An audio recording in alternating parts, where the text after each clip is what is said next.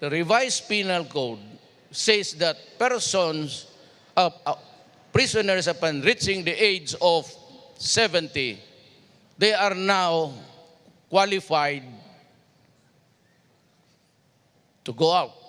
Whatever be the crime, basta 70 years old ka. Meaning to say, hindi na pinipriso yung matanda.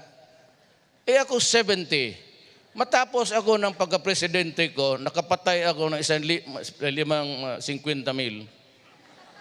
I will go out when I'm already 76.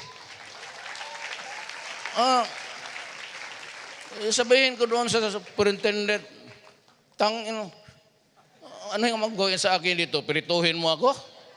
Katanda-tanda ko na, look at the revised penal code. Sinabi dyan, I'm eligible. I'm now 76. Yung mga kalaban ko nagsasabi na may sakit ako, tingnan mo, mauna yan.